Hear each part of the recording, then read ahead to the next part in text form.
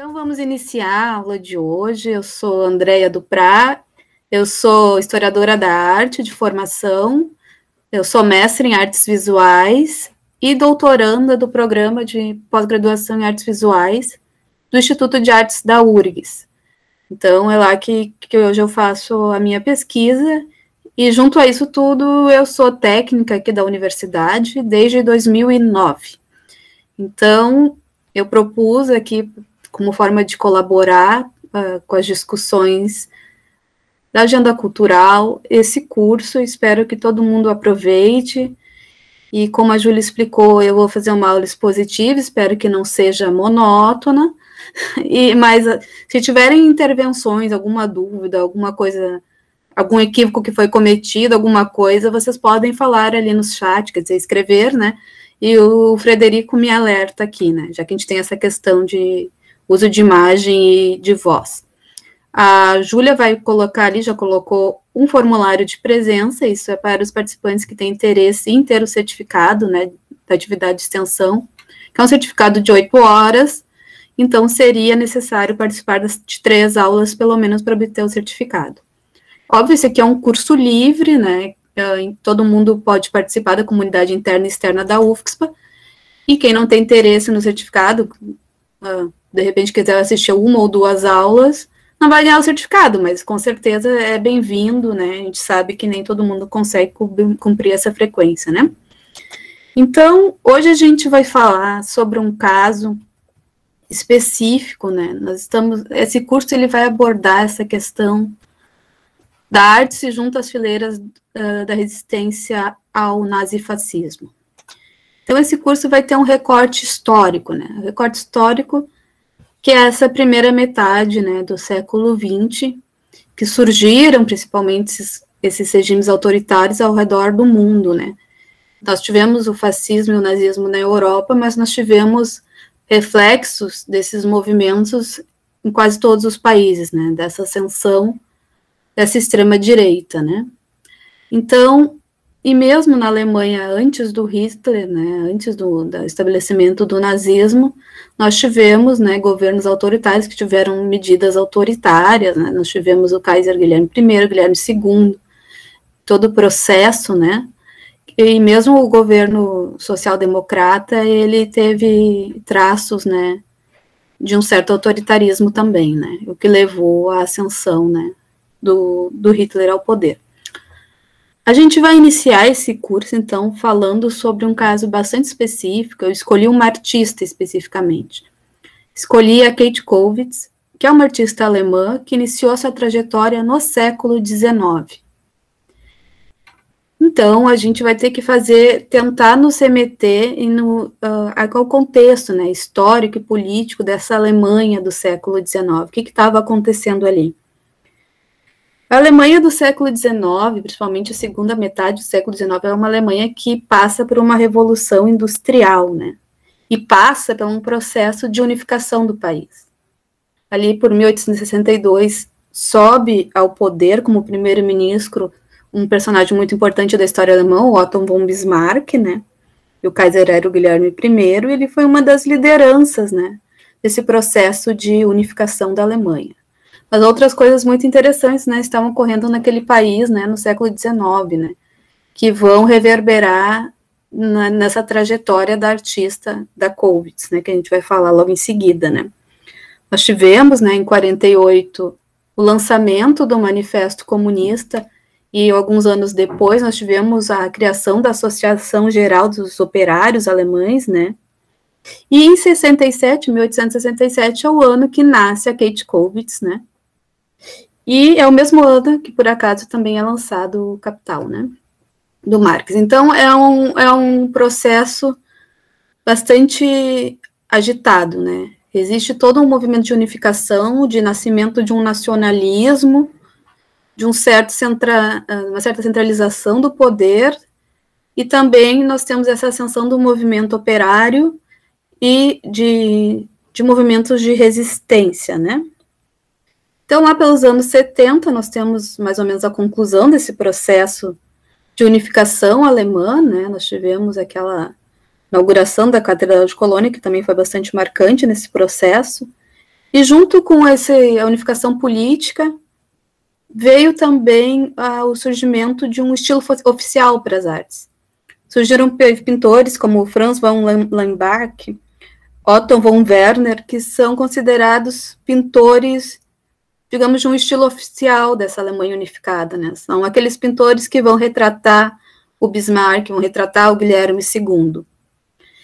E o Guilherme II, principalmente, ele fez uma intervenção bastante direta no campo das artes, ele atuava diretamente sobre os acontecimentos do campo das artes. Então, naturalmente, artistas que eram mais ligados à esquerda ou que não concordavam com aquele estilo oficial, que queriam mais liberdade, fizeram uma oposição, né, a esse estilo oficial e lançaram, por exemplo, um dos movimentos foi a Secessão de Berlim. A Secessão de Berlim, para nós, é particularmente interessante, né? Ela foi fundada em 1898, né? Uma das lideranças foi o Max Liebermann, porque ela é uma oposição direta, então, a esse estilo oficial, e é o movimento que a Kollwitz vai se agregar. Então, eu vou começar com a minha apresentação, eu vou ficar um pouco cega para vocês, daí eu vou pedir ajuda para o Frederico, né, para me auxiliar nesse momento, né, porque vou ficar um pouco distante de vocês e vou, né, vamos para um conteúdo, assim, vou tentar ser a mais dinâmica possível, né.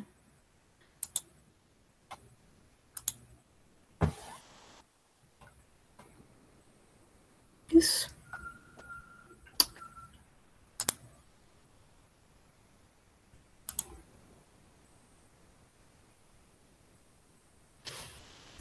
Espero que todos estejam me vendo e me ouvindo bem.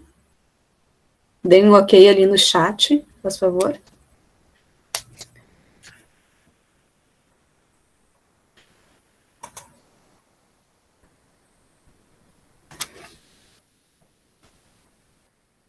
Então, eu escolhi como título da aula de hoje essa frase que eu tirei da Canção de Outono em Castilha, do Federico Garcia Lorca, que foi uma das vítimas, né, de um governo autoritário. O artista deve rir e chorar com seu povo. A nossa artista escolhida é uma que levou isso a cabo e, enfim, ela seguiu isso, toda essa trajetória, né.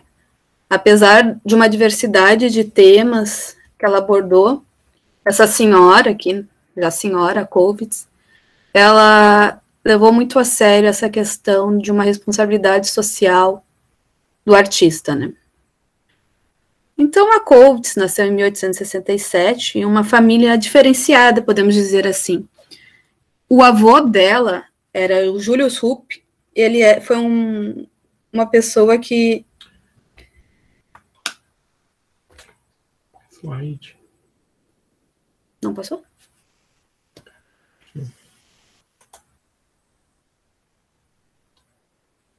Pergunta se até agora tá ok. Tá ok o slide? Eu vou mudar agora o pin, eu vou colocar o pin no slide, na casinha do slide. Vocês conseguem ver?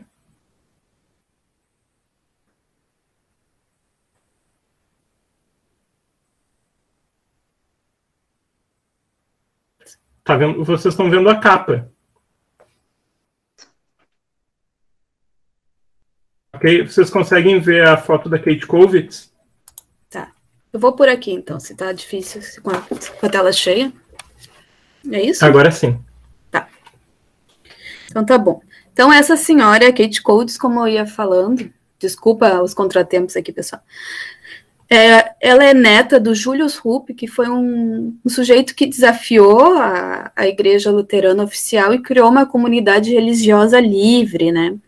E o pai dela, ela é Schmidt de nascimento, né? O Carl Schmitt, também era um social-democrata radical, e eles acreditavam, né, nessa liberdade, tinha uma visão ética humanitária bastante forte, né, em relação a seus valores, e também um diferencial é que eles ofereciam igualmente aos filhos educação para as filhas e para os filhos, né. Então, a Coates cresceu nesse meio, né, que ela pôde encontrar uma formação diferenciada e foi, né, incentivada, né, a estudar e a se aperfeiçoar como artista, né. Teve essa sorte, né. Posso te dar uma dica? Coloque em modo apresentação embaixo. Aí. Mas não estava passando agora, tá? Tá. Mas não tava em tela cheia, não estava em tela aberta. Tá. Então tá, pessoal, como eu convidei vocês para pensar um pouquinho no contexto político do século XIX, também nós vamos pensar no que a Coates, ela tinha como tradição gráfica e tradição artística, né? E nós podemos encontrar expoentes das artes gráficas alemãs. Quando eu falo de artes gráficas, eu estou falando principalmente de gravura e desenho, né? No século XV, né? Desculpa te interromper. O pessoal está dizendo que tu não está compartilhando a aba de apresentação.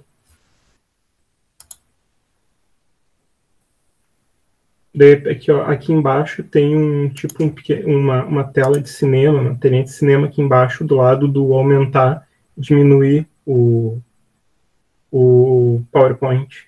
De repente, clica nela que vai ficar maior, vai ficar grande. Não, mas daí... Eu vou ficar aqui no PowerPoint, assim vocês conseguem enxergar igual, né? Eu acho que eu faço assim, de repente já fica um pouco melhor. E nós conseguimos seguir adiante, senão a gente vai ficar muito atenta nessas questões técnicas, né?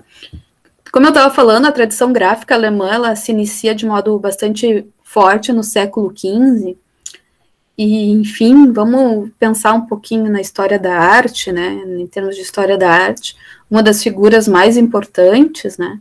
Foi o Dürer, né? Foi um cara do Renascimento alemão, um artista muito importante. E essas tradições gráficas alemãs que se iniciam no século XV, elas se iniciam motivadas principalmente pela questão da ilustração de impressos, né? E ela tinha, embora já no Renascimento, com a questão da perspectiva, do racionalismo, a tradição alemã, ela mantém muitos elementos do gótico, né?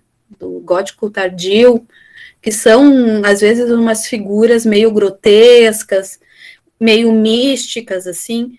Então, esse racionalismo de perspectiva aqui, o Dürer é um grande exemplo desse lado mais racional, né? Também faz parte, né? Mas essa questão do gótico sempre permanece, né? Que eu trouxe para vocês uma figura bastante conhecida, né? Uma obra muito conhecida do Dürer, que é Melancolia, né? Para quem não conhece. E tem também uma característica importante que houve uma transição, né, do pessoal que trabalhava com ouros, ourives, para a gravação de obras como essa, né, que já tinham habilidade em lidar com metal, e então passaram a trabalhar também com gravura com chapa de metal. Isso é uma característica, assim, do século XV, né. Aqui também outra obra do Dürer, para vocês verem que isso aqui é, para quem não está muito familiarizado com a gravura, isso é feito no metal, numa chapa de metal, e aqui ele tem uma riqueza absurda, né, de detalhes e traços, né, que é bem característico da obra do Dürer, né. Mas ali na época da Coates, ela, além dessa tradição gráfica que se inicia aí, o barroco não foi tão impactante posteriormente na história da arte alemã, mas, enfim, esse período do Renascimento e do Gótico, sim. Claro, teve Rembrandt, teve outras pessoas, outros artistas estrangeiros, né, que influenciaram, né, com certeza a formação dela, mas ali no século XIX, final do século XIX, como eu comentei com vocês, um dos líderes que fundou a Secessão de Berlim foi o Max Liebermann, que eu trago uma tela do Liebermann, bastante curiosa, né, que ele faz esse Jesus menino, né, esse Jesus no templo falando com os doutores. Por que curiosa, né? Essa obra quase causou um verdadeiro escândalo quando foi exposta na época. Aos nossos olhos é uma obra bastante inocente até, né? Com viés religioso. Mas o Liebermann, ele tinha um detalhe, o Liebermann era judeu. E além de ser judeu, ele faz um Cristo que não tem nenhum atributo sacro, né? É um menino ali de costas para nós, espectadores, e isso meio causou um desconforto, né? Já estava crescendo também na Alemanha esses sentimentos, né, antissemitas, já naquele momento, né? Então, coisas que estavam se acumulando, né? E a Coates, obviamente, é uma artista que, como eu comentei, ela teve a oportunidade de uma formação artística impulsionada por sua família e logo depois, mesmo depois de começar a atuar como artista, ela continuou, né, buscando esse aprendizado. Ela viu muita coisa, né, viu os grandes mestres da Europa, etc. Mas ela cresceu, como eu disse, nessa Alemanha conturbada, né, e uma das características dessa Alemanha é que a Alemanha já havia se tornado uma potência econômica nesse final de século, uma potência militar, né, tinha crescido muito, mas a classe trabalhadora, a maior parte do povo, vivia em péssimas condições de vida. Então, esse desenvolvimento econômico não refletiu numa melhoria de vida para as pessoas. E a Coates, bem, ela cresceu nesse ambiente, né, que esses valores éticos e humanitários eram muito vivos, e, enfim, o marido dela era médico também, e estava em contato com essa população sofrida, né? Então, ela vai ter muitas gravuras de denúncia social, né? Justamente por isso, por essa, né, enfim, por perceber, né, a situação que o povo vivia. Uma delas, então, é essa: tu sangras por muitas feridas, ó povo. E essa aqui que é muito semelhante, chamada Os Oprimidos. Mas eu quero que vocês reparem, né? Essa aqui ainda tem um aspecto talvez um pouco mais hermético. Essa aqui já é um pouco mais evidente, né? A intenção da artista, que ela faz uma família ali cujo pai está com a mão estendida, né? Como pedindo uma esmola. Tem uma criança ali com uma feição, assim, de inanição, de paupérrima. E esse corpo, né? Nesse momento, esse corpo, ele nos remete a uma tradição bastante consolidada na história da arte, que a gente tem muitos exemplos. É o Hans Holbein, o jovem, né? Que tem dois, tem um velho e tem um jovem. E que é o Cristo morto no túmulo. Não tem quase como, com esse nosso repertório de imagens, não identificar nessas figuras um Cristo morto, né? A imagem do Holbein é só a parte de cima aqui do nosso slide, né? Essa aqui é só uma imagem mais aproximada. A imagem é essa aqui, né? Então, a gente vê que a Coates pega, né, essa figura do mártir para fazer essa representação de um povo que sofre. Também aqui, né, como uma observadora, né, do seu tempo, ela registrou esse momento. Tem poucos trabalhos da Coates com cores. Esse aqui é um deles, né? Esse desenho aquarelado de trabalhadores que estavam saindo da estação. É uma estação que fica em Berlim. Essa estação ela não existe mais desse jeito, eu acredito, mas ela, enfim, ela fica em Berlim, onde é que ela morava, né? E ela vai fazer uma coisa que é bastante comum aos artistas de sua época, da secessão, que é usar eventos históricos ou literários, né, que está na literatura, nos clássicos literários, e vai dar um ar contemporâneo. Por quê? Porque ela vai pegar temas que ainda se fazem presentes, né, no dia de hoje, digamos assim, né.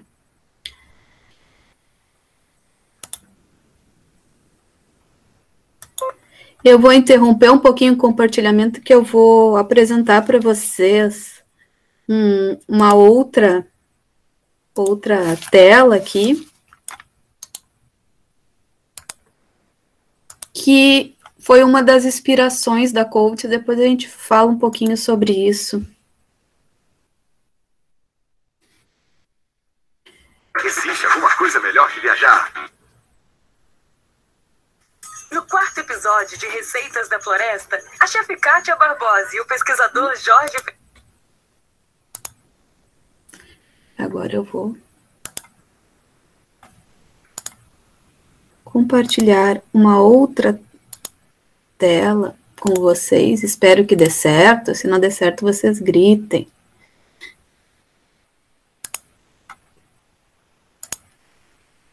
Que é essa canção, que daí a gente vai ver como é que... Madame Veto avait promis, Madame Veto avait promis de faire égorger tout Paris, de faire égorger tout Paris. Mais son goût a manqué grâce à nos canonniers.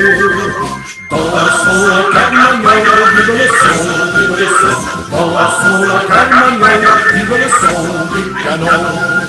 Monsieur Veto avait promis, Monsieur Veto avait promis d'être fidèle à son pays, d'être fidèle à son pays. Mais il y a manqué, ne faisons plus de quartier. Dansons la carmagnole, vive le son, vive le son. Dansons la carmagnole, vive le son du canon. Antoinette avait résolu, Antoinette avait résolu de nous faire tomber sur le cul, de nous faire tomber sur le cul. Mais le coup a manqué, elle a le nez cassé. Dansons la carmagnole, vive le son, vive le son. Dansons la carmagnole, vive le son du canon. Son mari se croyant vainqueur, son mari se croyant vainqueur, connaissez peu notre valeur, connaissez peu notre valeur. Pas Louis gros Paour, du temple dans la tour. Dansons la carmagnole, vive le son, vive le son. Dansons la carmagnole, vive le son du canon. Les Suisses avaient promis, les Suisses avaient promis qu'ils feraient feu sur nos amis, qu'ils feraient feu sur nos amis. Mais comme ils ont sauté, comme ils ont tous dansé, dansons la carmagnole, vive le son, vive le son. Dansons la carmagnole, vive le son du canon. Quand Antoinette vit la tour, quand Antoinette vit la tour, elle voulut faire demi-tour, elle voulut faire demi-tour. Elle avait mal au cœur de se voir sans honneur. Dansons la carmagnole, vive le son, vive le son. Dansons la carmagnole, vive le son du canon.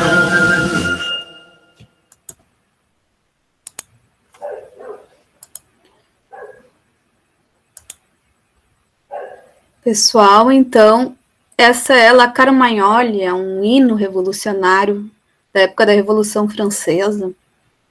E foi uma inspiração, então, para a nossa artista, Coubitz, fazer uma gravura. Como eu digo, esse espírito revolucionário trazido para o presente, né? E uma das características que a gente enxerga na Carmagnole da Coubitz, aqui voltamos à nossa apresentação, é que ela pega um fato, né? Um fato que, enfim, é a canção, e também ela se baseia muito em obras delas na literatura, né? Ela se baseou especificamente no conto do Charles Dickens, né? O Conto de Duas Cidades, que fala da época da Revolução Francesa em Paris e em Londres, né? Mas ela situa a Carmagnole num distrito de Hamburgo, né?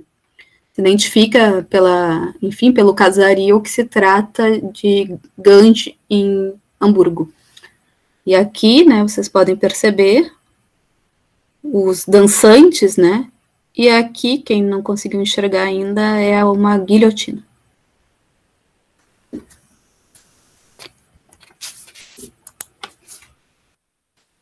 Então, vamos para o próximo, né? E nós temos, né, outra referência da história da arte alemã. Como eu falei, aqui já estamos no século XV. E aqui nós temos outra referência, que também foi uma referência importante para Coubitz. Eu vou fazer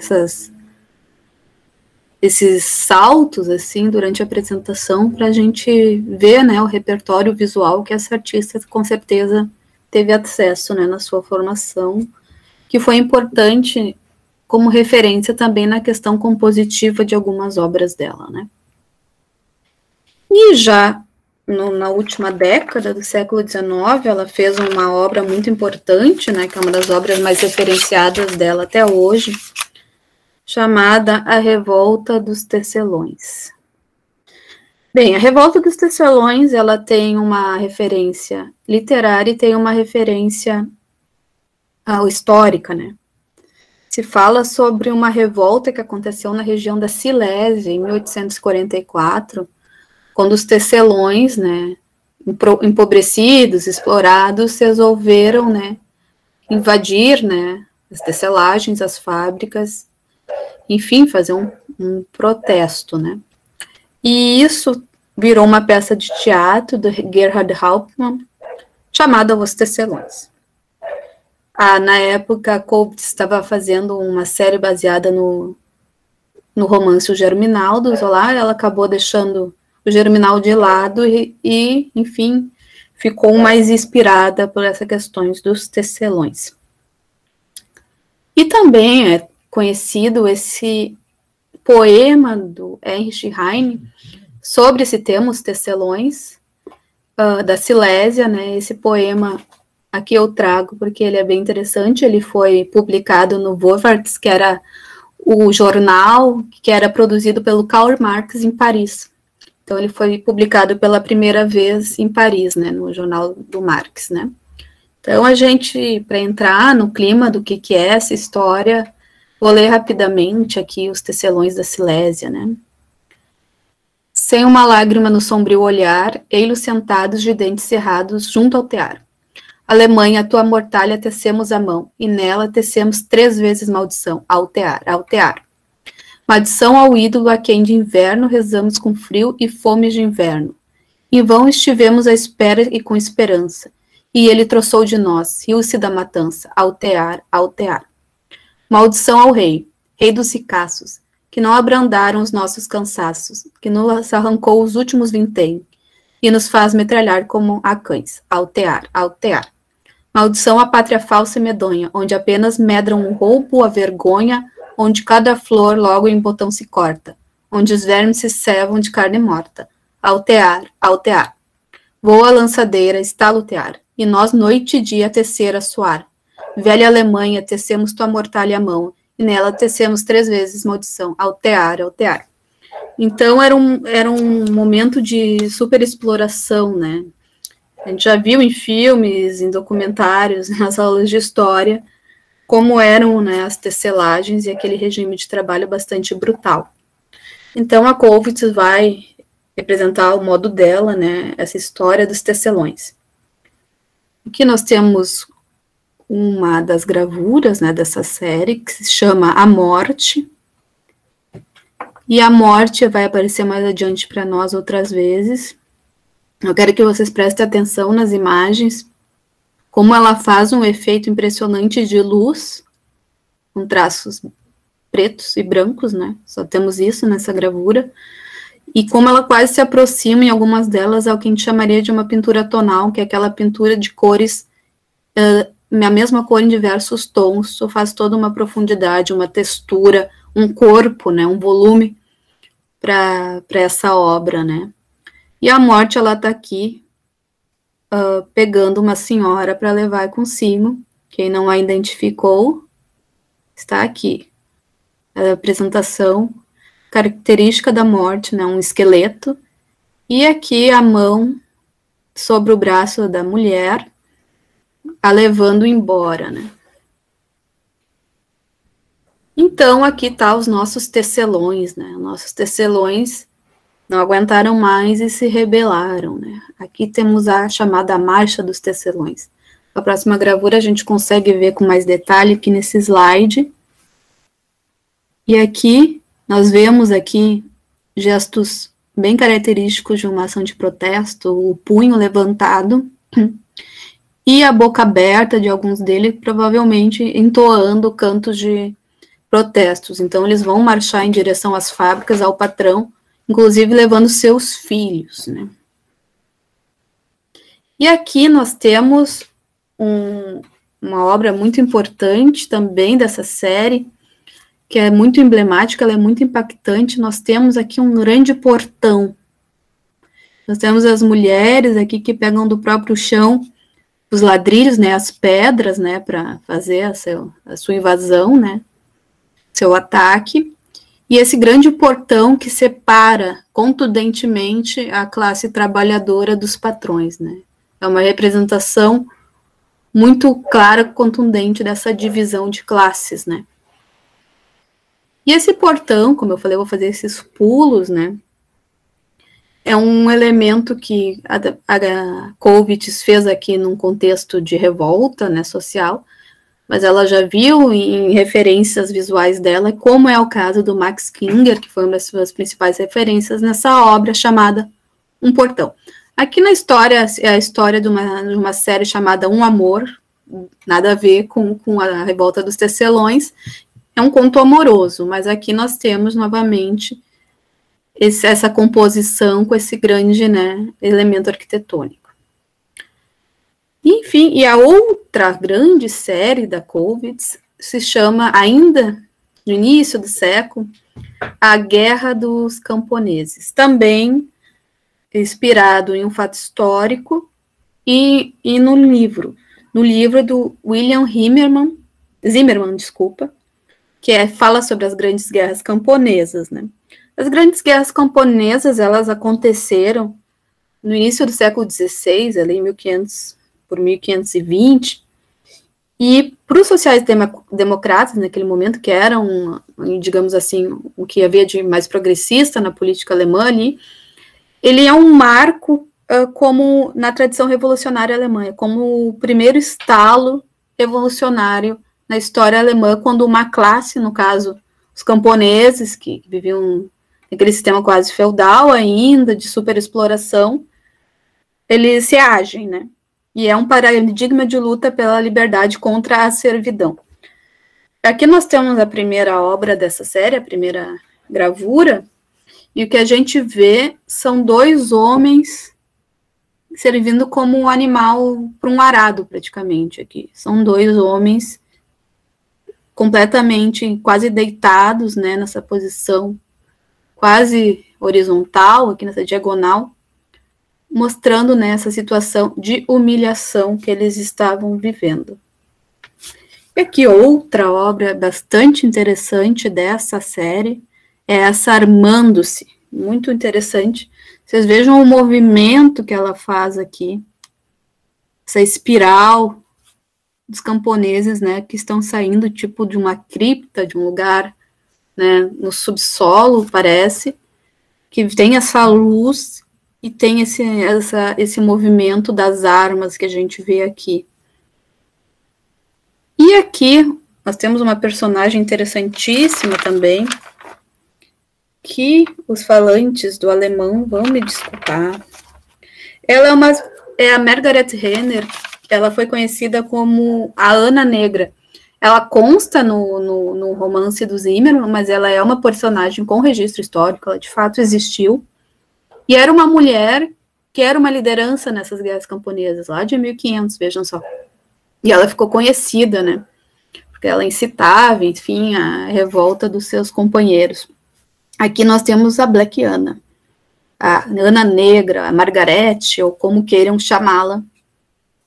Aqui, e tem essa questão desse avanço aqui, é impressionante como ela consegue esse efeito, e ela nos coloca na posição das costas da Ana, da visão da Ana, para a gente perceber, né, essa ação que está acontecendo ali.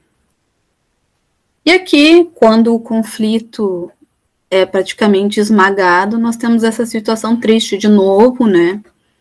Nós temos a Ana agora num campo de batalha, né, pós-revolta, onde nós encontramos vários cadarços e ela aqui com uma luz, né, está iluminando o rosto do filho morto. Então, é isso aqui. E para finalizar a série, ela coloca essa série aqui, que são os prisioneiros, né, os prisioneiros de guerra, com crianças aqui, ela marca bastante isso, mas não é, ao menos, não é essa a intenção de que houve uma derrota completa ou que não há mais esperança. Na verdade, ela coloca os sobreviventes, ela não coloca pessoas mortas, né? Como assim, a revolta pode eclodir a qualquer momento, né? Então, ela ainda está viva, embora esteja ali, né, amordaçada e retida, ela vai continuar acontecendo. E essa Guerra dos Camponeses, assim como outros gravadores até os nossos dias, ela é uma referência muito básica, são essas obras, né, do Goya, que são muito revistas até hoje, muitos artistas contemporâneos, inclusive, se baseiam, né, nesses ciclos do Goya, e os refazem, enfim, os ressignificam, que é os desastres da guerra, né. E os desastres da guerra foi a resistência, né, do povo espanhol contra as invasões napoleônicas. O protagonista é o povo, né. Na Guerra dos Camponeses, igualmente, o protagonista é o povo. A Coates, ela fez bastante cartazes, ela nunca aderiu a um partido, ela não se chegou a se filiar a nenhum partido, nenhuma entidade política, mas ela sempre prestou colaboração a entidades de esquerda, enfim, e uma dessas colaborações foi esse cartaz aqui, que foi para uma associação social-democrata, né? Berlim, como eu falei, a Alemanha, enfim, era uma sociedade desenvolvida, mas que estava, né, com uma crise, né, social muito grave, e uma delas era a crise habitacional, né? Nós temos esse cartaz pela Grande Berlim, que é justamente isso, pelas molardias populares, e nós temos aqui essa imagem dessas crianças, e atrás dela a gente pode inferir, né, claro, eu não sei alemão, então, mas a gente tem essas ferramentas que nos ajudam, que diz que brincar nos corredores e no pátio nos pátios e nas escadas é proibido, né? Spielen, verbieten, alguma coisa assim, não vou saber falar alemão. E esse cartaz ele foi considerado pela polícia de Berlim como uma incitação ao ódio de classe e foi retirado. Enfim, para vocês verem que como acontecem as coisas. E no início do século XIX, né, a Coates, ela começou a experimentar outras técnicas, ela foi para Paris, ela passou pelo ateliê de Rodin e começou a fazer esculturas, e se aproximou também dos grupos dos expressionistas, né, e começou a fazer estilogravura também. E uma das estilogravuras que ela fez, né, desse ambiente conturbado, né, dessa Alemanha, foi desse momento da morte do Karl Liebknecht, olha só, que era o companheiro da Rosa de Luxemburgo, né, na Liga Espartaquista, que foi, né, assassinado brutalmente. A Rosa de Luxemburgo foi torturada e assassinada, e ela fez essa homenagem ao Karl, e novamente nós temos essa figura desse corpo, né, mas como a gente vê em alguns estudiosos da Coates, aí sim, nessa figura, não é mais a ligação com Marte e Cristo, não é mais tão evidente, sim, uma representação da própria classe trabalhadora, que ela colocou aqui esses personagens em Lamentação, que aqui ela foi mais efetiva nessa questão de representar o sofrimento da classe trabalhadora com a perda, né, com a perda violenta de um de seus líderes, né, de uma de suas referências, né. E essa gravura foi ilustração de vários impressos, né, naquela época rodou o mundo. E, enfim, todo esse começo do século XIX, a gente tem que lembrar da questão da expansão do colonialismo, do imperialismo, e das disputas das grandes potências, né, por territórios, né, e eclodiu, enfim, a Primeira Guerra Mundial, a Alemanha se envolveu diretamente, né, inclusive foram vários jovens voluntários lutar nessa guerra, e foi uma coisa bastante desastrosa, né, o Liebknecht e a Rosa de Luxemburgo sempre foram contra, né, contra o financiamento da guerra e contra o alistamento militar, etc., né, até por isso que sofreram o que sofreram. E a Kolb sofreu uma perda que foi muito marcante na vida dela, que um dos filhos dela, né, o Peter, foi um desses voluntários, ele morreu em combate durante a Primeira Guerra. E ela faz essa série logo depois, né, dos acontecimentos, chamada Guerra, Krieg. Uma dessas gravuras, essa aqui, os voluntários, né? E uma coisa que vai ser muito marcante na obra dela, que são os pais e as mães. Os pais e as mães enlutados, os pais e as mães em sofrimento. E essas estilos a gente pode ver que essa forma compacta dos personagens também remete ao tipo de escultura que ela fazia na época, né? Que é esses personagens muito, muito aglutinados, esse grande volume, né? Aqui outra imagem dessa série, a viúva, e essa aqui, então, as mães. Ela tinha uma coisa muito forte, né? Ela sempre considerou o amor maternal como o maior do mundo. Então, ela sempre faz essas mães, assim, quase como uma cúpula, protegendo essas crianças dos seus filhos. Aqui a gente vê só a carinha de uma criança nessa estilo aqui. E aqui, mais uma vez, o povo, né? O povo, o que acontece com o povo, as consequências da guerra, né? A miséria, os inválidos, os feridos, os que não voltaram, uma viúva, uma mulher que perdeu seu marido e está ali com um filho pequeno, e as consequências, né, da guerra para o povo. E também, né, desse grupo, a Kolb, assim como não dá para dizer que ela foi de algum partido político, não dá para dizer que ela aderiu totalmente a um movimento artístico. Então, ela foi da seção de Berlim, que tinha uma série de tendências artísticas ali dentro. E também ela se aproximou do expressionismo, mas também ela não fez uma renovação muito grande na questão de linguagem, assim, de forma. Mas ela se aproximou, enfim, dessas pessoas. Um dos personagens, um dos artistas é o Ursin Barlach. E vocês veem aqui como ela se inspirou também nessa referência visual. Essa é uma obra de 1914, principalmente para essa questão das expressões faciais, né, como são duras, né. Aqui nós temos um cartaz, como eu falei, ela é muito próxima, né, dos movimentos de esquerda. Esse aqui ela fez para uma campanha de um político, né, para arrecadar fundos contra a fome na Rússia. Que uma das obras mais famosas delas, né, as crianças da Alemanha estão famintas, que essas criancinhas com os pratos vazios, né, e foi muito reproduzida por diversas vezes, foi mencionada, né, pela Ajuda Internacional dos Trabalhadores, que tinha sede em Berlim, e ela aparece também num dos impressos, né, dessa organização. Então, essas gravuras, uma das vantagens das gravuras é essa questão da reprodutibilidade muito fácil.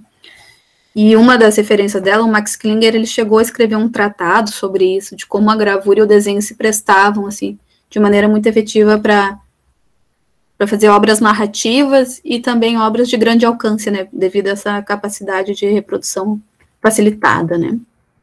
Aqui, novamente, né, uma obra dos sobreviventes, né, mostrando, né, os órfãos, né, uma viúva, feridos, pessoas cegas, pessoas mendicantes, né, toda essa desgraça que veio com o fim da Primeira Guerra para a Alemanha. Aconteceu, inclusive, a deposição da monarquia, o Kaiser Guilherme II se retirou do poder, e coisas, tivemos a ascensão da República de Weimar, né, que teve toda uma questão que emergiram, né, surgiram vários movimentos revolucionários, né, e parte deles queria uma revolução proletária, ao modo do que tinha acontecido em 17 na Rússia, mas outros queriam uma república parlamentar, uma coisa mais reformista, e foi o que ganhou. Só que isso começou a ter uma feição cada vez mais autoritária, né,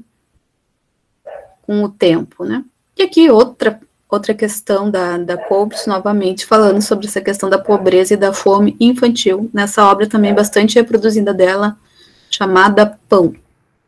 E aqui um dos cartazes, que é dos mais famosos dela, produzidos até hoje em campanhas pacifistas, que é esse Nie wieder Krieg, que é Guerra Nunca Mais. Esse aqui tem uma história particularmente interessante, né? Que ele foi feito para um uso num dia específico, chamado Dia da Juventude Alemã, né, da Juventude Socialista. Teria um protesto em Leipzig, e ele seria usado em agosto de 24, né?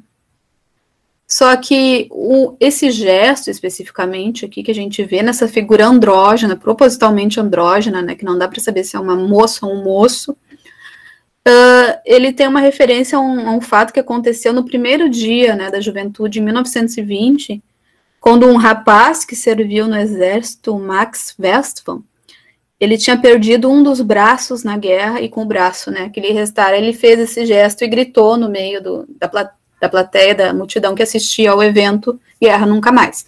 Isso ficou bem emblemático, né, e ela usou esse gesto, apesar, é uma referência que para a época era mais clara, mas para nós nem é tanto, até porque ele permanece aqui com a outra mão sobre o peito, né, mas é uma referência a esse momento, né. Esse rapaz, o Max Westphal, ele social-democrata, enfim, ele acabou num campo de concentração uns anos depois, em 38, saiu em 1940, mas em decorrência das consequências, né, desse tempo no campo de concentração, ele acabou morrendo. E, assim, como eu disse, essa imagem foi bastante reproduzida, que é uma reprodução da época, né, do próprio jornal, Leipziger lá. E essa outra gravura é a Solidariedade, na verdade, também é em prol da União Soviética. Enfim, faz até uma menção ao hino da Força Aérea Soviética, que nós vamos proteger a União Soviética, essa questão da solidariedade, né? A União Soviética. Que eu trago só para vocês terem uma referência também de outros expressionistas, né? O George Grosz, muito importante, né? Também abordou essa questão. Os expressionistas abordavam temas diversos, né, inclusive nudez, sexualidade, a vida na cidade, e essa questão da guerra, obviamente, foi bastante marcante, e muitos deles abordaram. Aqui nós temos a abordagem do Grosz. E esse aqui é outro artista importante, né, Love Corinth, do expressionismo, e ele é outro artista que usa essa questão do esqueleto da caveira para fazer a menção à morte, né.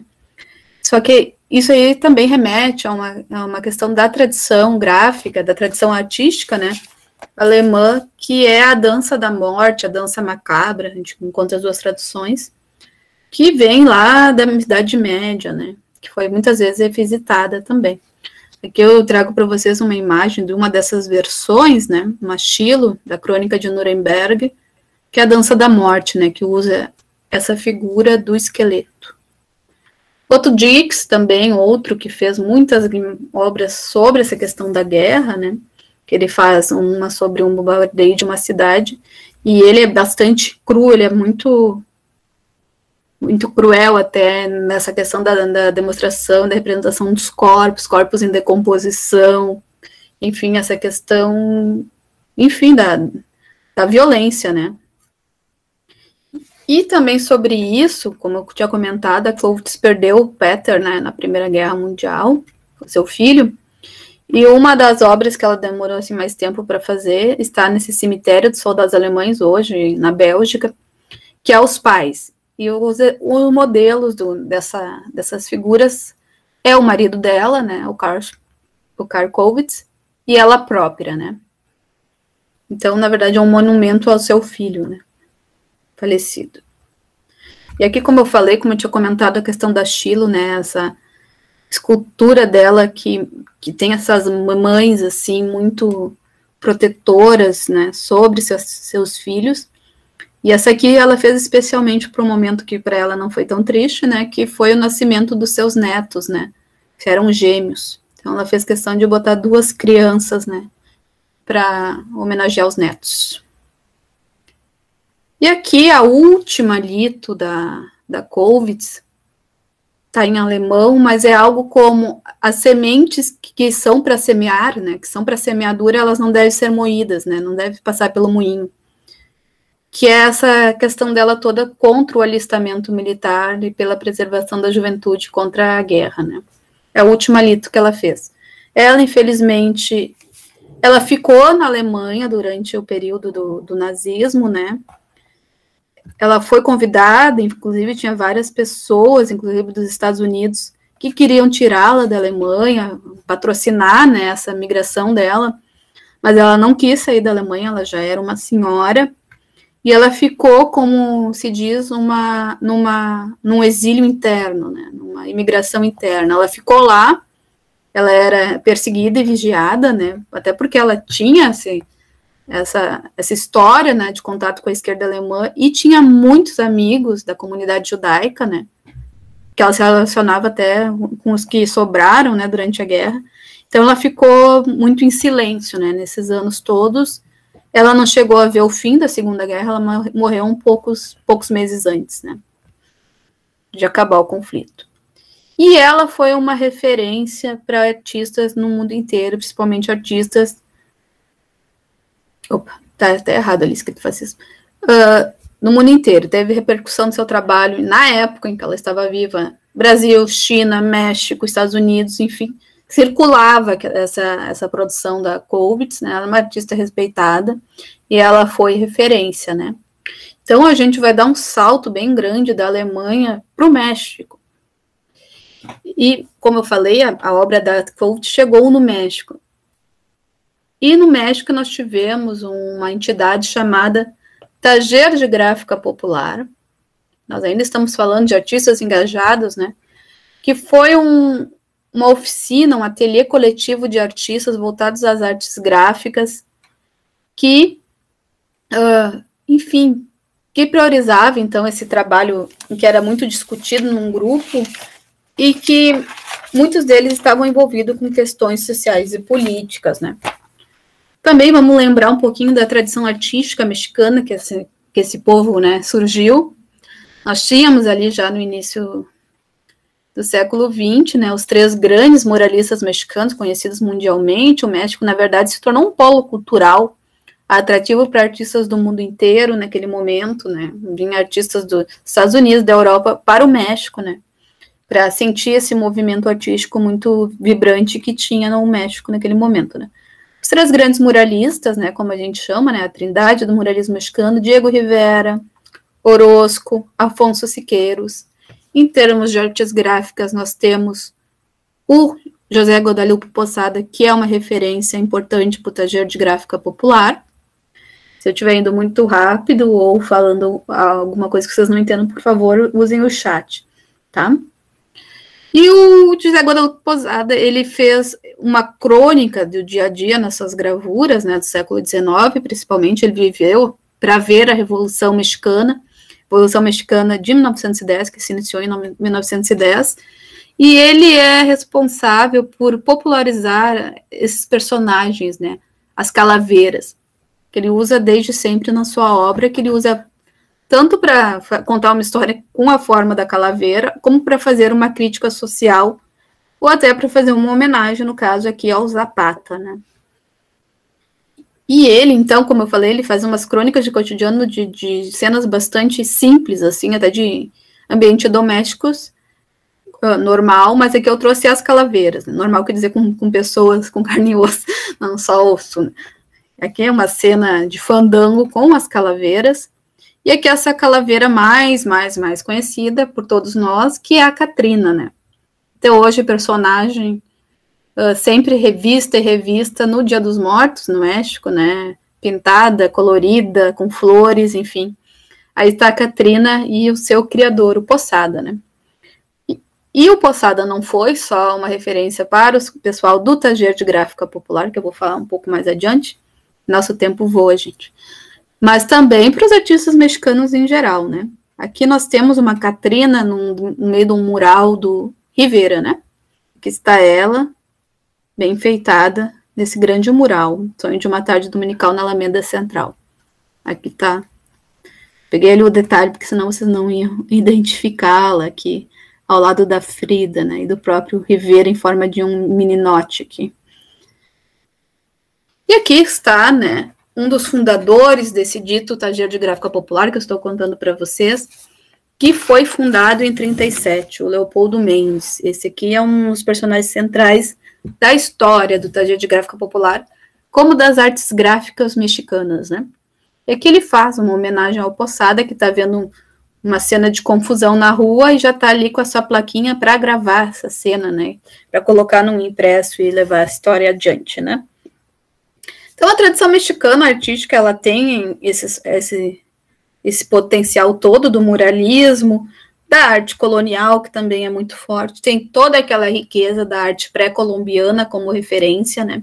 Porque as calaveiras são personagens que tem tanto na arte medieval europeia, quanto eram personagens e figuras encontradas na cultura pré-colombiana. Era muito comum também encontrar esqueletos, caveiras representados, né, naqueles artefatos em pedras e tal.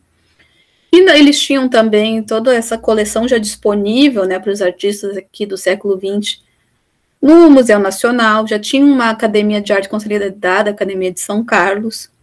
E eles tinham também essas revistas culturais que traziam todas as tendências mais novas da Europa. E ainda por cima esse intercâmbio, né, de artistas de vários lugares nesse início do século. Então, né, nosso taller de gráfica popular, ele surge em 1937. É uma entidade que tem um extrato, né, ele vem de uma longa história, né, de associação dos artistas mexicanos, que inicia em 1923, né, quando o Orozco Siqueira, o Rivera, todo esse pessoal, eles fizeram um sindicato, né, de obreiros, técnicos, pintores e escultores, e tinham, inclusive, chamado um jornal, né, que eles defendiam as suas ideias, chamado El Machete, né, que defendia o direito dos indígenas, dos camponeses e dos trabalhadores, e pregava uma estética antiburguesa e nacionalista, né. Eles eram bastante enfáticos nesse sentido. Em 24, como eu falei para você, em 1910 eclodiu, né, a Revolução Mexicana, que teve uma série de reviravoltas. Em 24 assumiu a presidência um sujeito chamado Plutarco Calles, como queiram, né, e ele pende para a direita, de um modo bastante radical, inclusive proibindo sindicatos, parando a reforma agrária e fazendo uma série de medidas autoritárias. E nessa época, então, os Siqueiros, o Xavier Guerreiro, que vai ser importante também para o taller de gráfica popular, eles se filiam ao Partido Comunista Mexicano, né? E também, junto com o muralismo, logo em seguida começou o estridentismo no México, também foi uma corrente artística importante. Então, além dessa agitação política, tinha uma agitação artística de várias tendências acontecendo ao mesmo tempo, né? E eu acho que a gente vai explodir o tempo das 8 horas, pessoal, mas eu espero a paciência para vocês, né? Logo depois, então, eles fundam, em 31, os artistas, né, o Luta Intelectual Proletária, que durou muito pouco tempo, mas que logo em seguida virou a Liga dos Escritores e Artistas Revolucionários. Essa liga é importante para a gente entender a história do taller de gráfica popular, que eu quero contar para vocês, porque é dentro dela que vai surgir o taller Escola de Artes Plásticas, que vai dar origem depois ao nosso TGP, né, o taller de gráfica popular. E um pouco antes disso, né, os artistas também já tinham se reunido numa outra associação interessante chamada Manos Fuera de Nicarágua, que os artistas, tanto o Leopoldo Mendes, que é um dos fundadores do taller de gráfica popular, como eu estou aqui salientando para vocês, fizeram um movimento contra a intervenção dos Estados Unidos na Nicarágua e apoiando o Sandino, né? E também o Mendes, ele entra no Partido Comunista nesse final dos anos 20, né? Eu estou falando do Partido Comunista, mas o taller de gráfica popular não é exatamente um órgão do Partido Comunista, é um órgão que acolheu artistas de várias tendências, só não aceitavam fascistas. Essa era uma das marcas. Enfim, e como eu comentei para vocês, aqui a gente tem que entender como eu vou retomar o que eu tinha afirmado no início, nós temos o fascismo e o nazismo na Europa, nós temos o franquismo lá na Espanha, mas isso repercutiu em todos os países, né? Então, nós tínhamos a questão do fascismo interno, que era uma coisa que preocupava bastante os mexicanos, porque eles viam esses movimentos da extrema-direita crescer dentro do México. E dentro do México existe uma associação chamada Aliança Revolucionária Mexicanistas, ARM, que inclusive em protestos dos trabalhadores, etc., assim, eles faziam verdadeiros atentados, né? Eles batiam, atiravam contra os trabalhadores, né?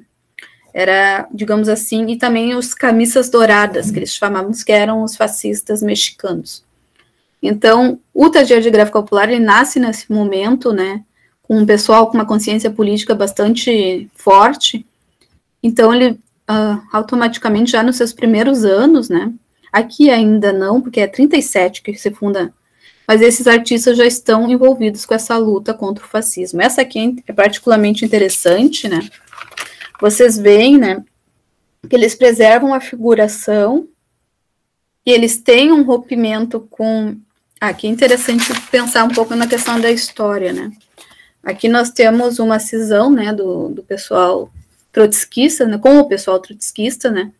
Lembra que o Rivera era do Partido Comunista e foi meio que expulso em 29, porque ele não rompeu com Trotsky, inclusive, né, era bastante próximo.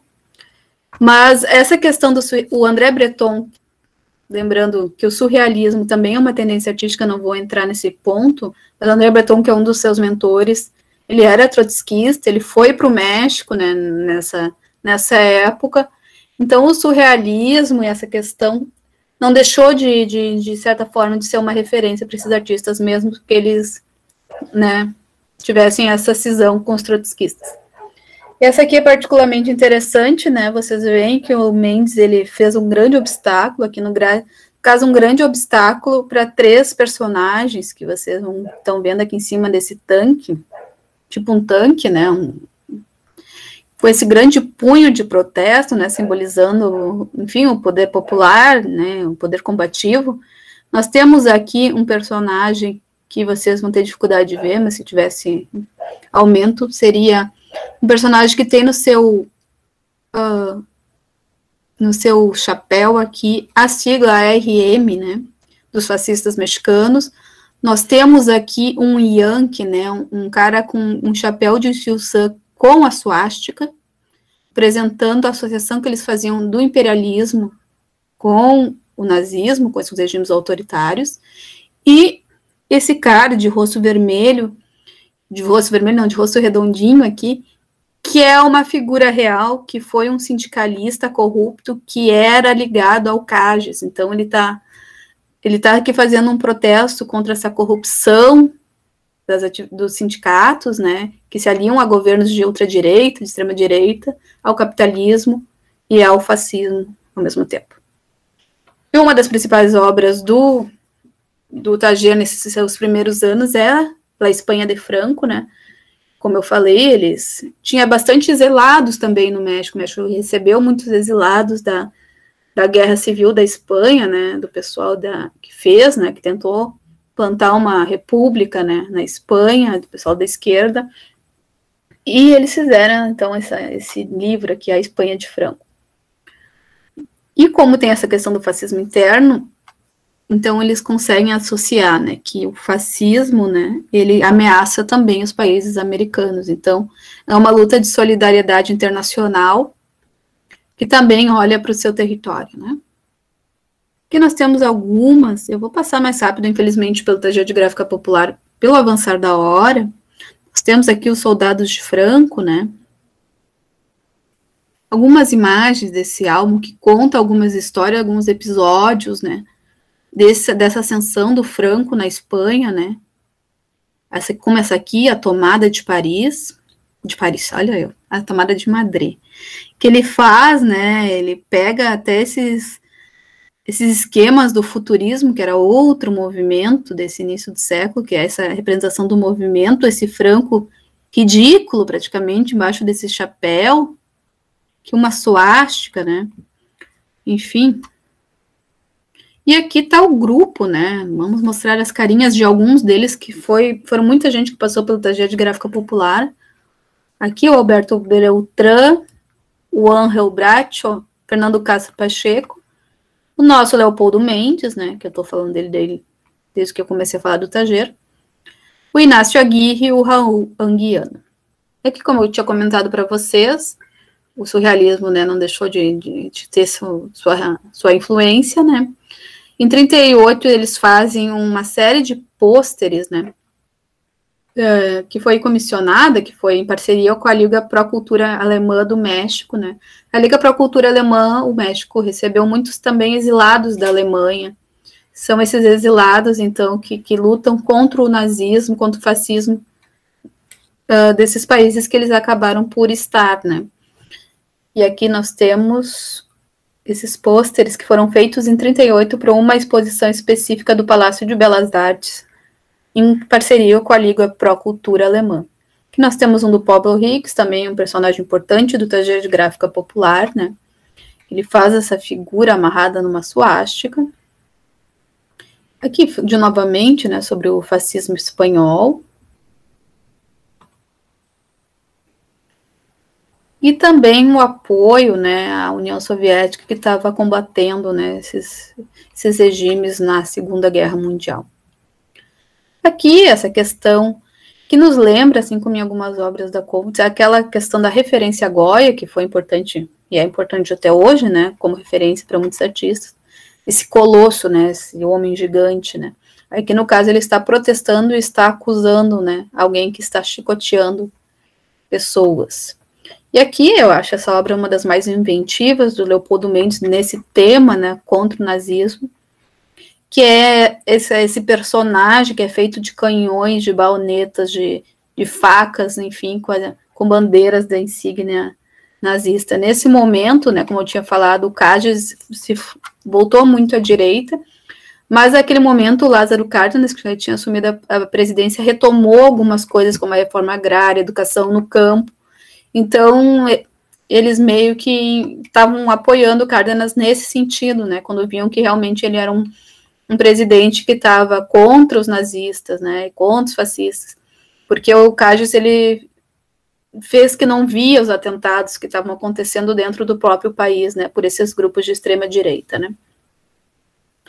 Aqui, novamente, né, do La Espanha de Franco, também essa questão do fascismo interno, né, nós tivemos um movimento no México chamado os cristeiros, que eram cristãos fanáticos, que, enfim, que começaram a atacar os professores das escolas rurais, que eles consideravam que aquela educação era socialista, anticristã, começaram até, inclusive, a promover assassinatos, né, foi feito um álbum, então, pelo taller de gráfica popular chamado Em Nome de Cristo, que denunciava, né, que pegava alguns personagens, né, algumas pessoas que realmente foram assassinadas, chamava a professora, aqui no caso Maria Salud Morales, aí mostravam uma cena, né, desse crime, né, que fora cometido.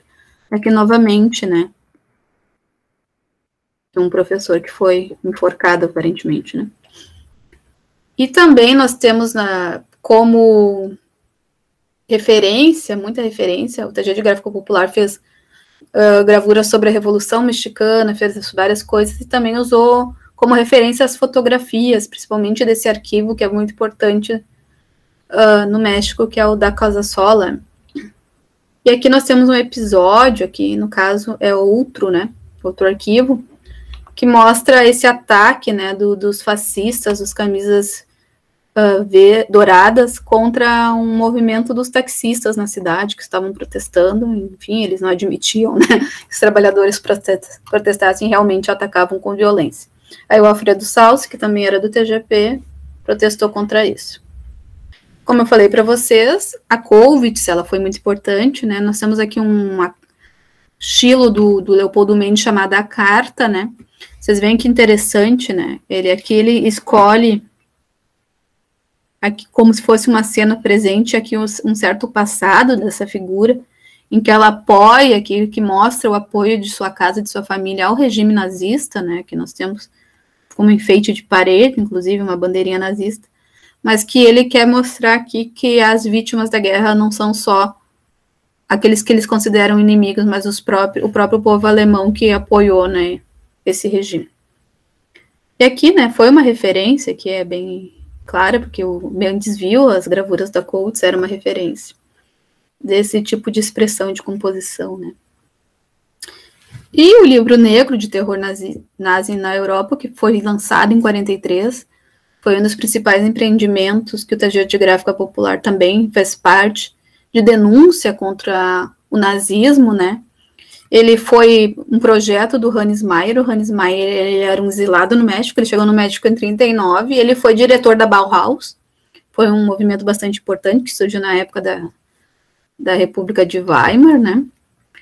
E foi patrocinado por presidentes do México, do Peru, o Eduardo Benes, que era da Tchecoslováquia, né, estava no México também como exilado, e tinha uma liga também dos exilados da Alemanha no México, que também ajudou a fazer, e tinha inclusive um jornalzinho chamado Libro Libre, que eles faziam, né, sobre a situação da Alemanha no México, né, para quem estava no México, né. Também começou a chegar, né, naquele momento, no início dos anos 40, os relatos, né, dos campos de concentração, das execuções em massa.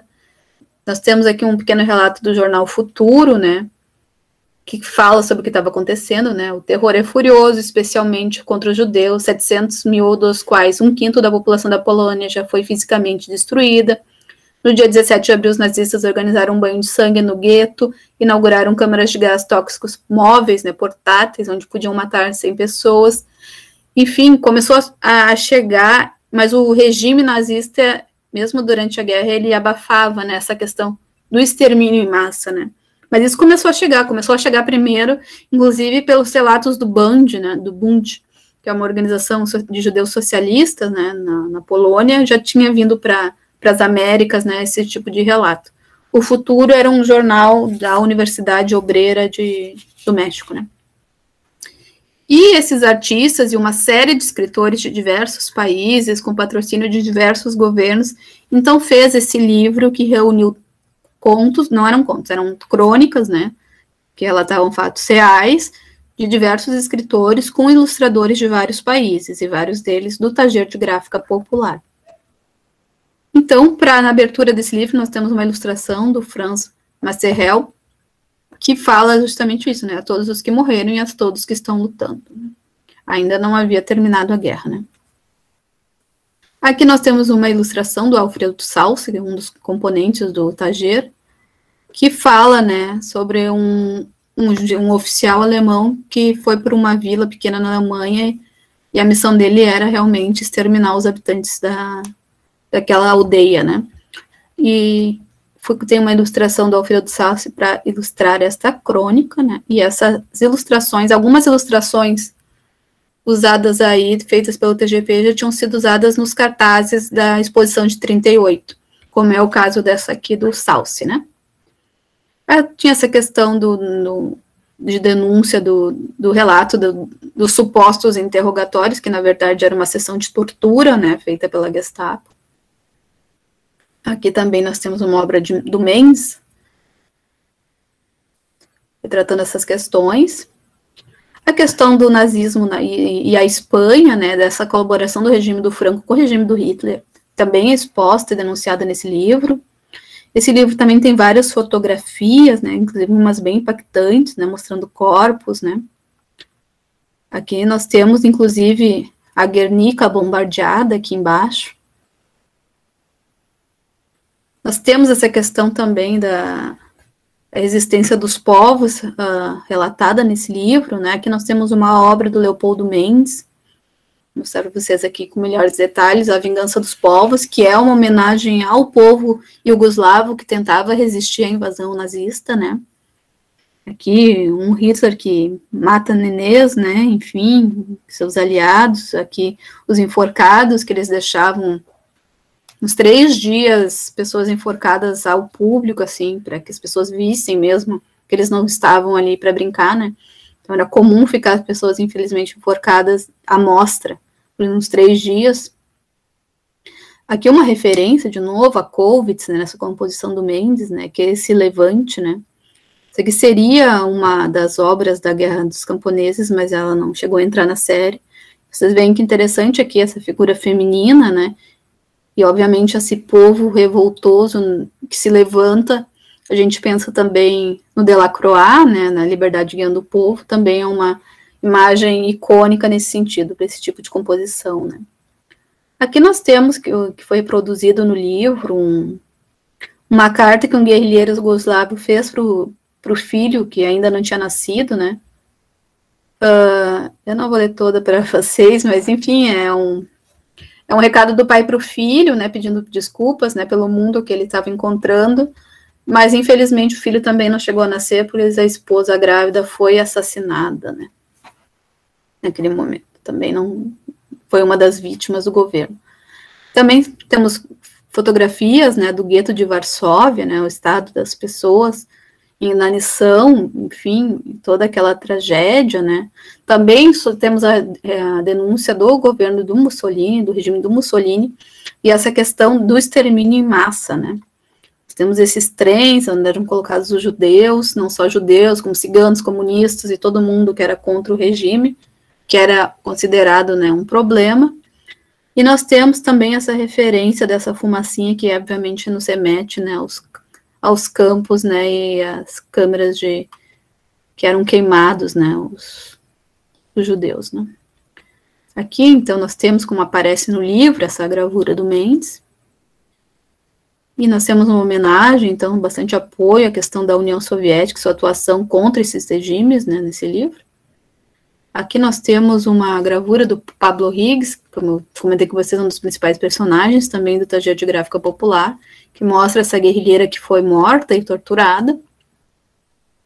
E para terminar, olha, eu terminei às 8 horas, mas nós vamos deixar esse espaço para debate, não se preocupe, já que a gente começou com uns minutinhos de atraso também, que é uma gravura de 45 do Mendes, que eu gosto muito, que ele se autorretrata, são poucos autorretratos do Leopoldo Mendes, e ele se retrata aqui num livro em que ele desenha calaveiras, e olha que interessante, como eu falei, tinha essa preocupação dos regimes, dos grupos de extrema-direita dentro do próprio México, né, e é interessante, eu gosto dessa gravura, principalmente, porque a gente tem o Mendes, é claramente um descendente indígena, né, como ele bota, né, imagens que remetem à história do México, né, remetem à história oficial, remete inclusive à bandeira do México, nessa questão dos cactos, da águia e da serpente, né, toda a história de fundação da própria cidade do México, e como ele bota essa águia crucificada com essas adagas completamente imóvel, né, completamente vencida, e quem reage aqui é a grande serpente emplumada, né, daquela história da cultura que se mantém viva, né, da resistência indígena, atacando, assim, esse exército, que faz menção a soldados alemães pelos capacetes, e aqui um clérigo, né, porque sempre, no México principalmente, eles tinham essa ala da extrema-direita católica que se aliava com esses fascistas, né, enfim, infelizmente foi uma apresentação bastante rápida, né, pessoal, e espero que vocês tenham aproveitado.